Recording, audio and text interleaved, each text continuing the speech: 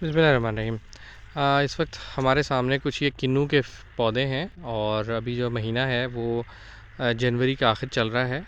तो आप देखें कि हमने इसकी गोडी करना शुरू कर दी है नीचे से, ये आप देख रहे हैं, ताकि जड़ी बूटियाँ यहाँ से साफ़ हो जाएं, क्योंकि ये इनका स्लीपिंग पीरियड है।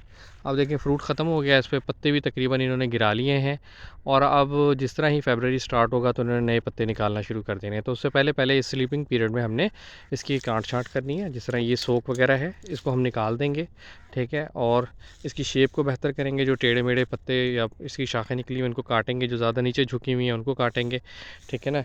ये हमने गोडी कर ली है। गोडी करने के बाद यहाँ पे हम गोबर की खाद जो है वो हम इनके अंदर डालेंगे और उसके बाद जो है जिस तरह ही नए पत्ते निकलना शुरू होंगे तो उस वक्त हम इसको थोड़ी सी फर्टिलाइज़र, जिसमें तकरीबन 200 से 300 ग्राम के करीब डीएपी और 100 ग्राम के करीब यूरिया, वो पहले पानी के साथ इनको फ्लड करेंगे और मार्च के अंदर जो है हम इसके अंदर स्प्रे करवाएंगे बाइफेंथ्रीन का 25 ml जो है हम 20 लीटर पानी में मिक्स करके, ताकि लीफ माइनर का अटैक जो है ना वो उसको ना आए।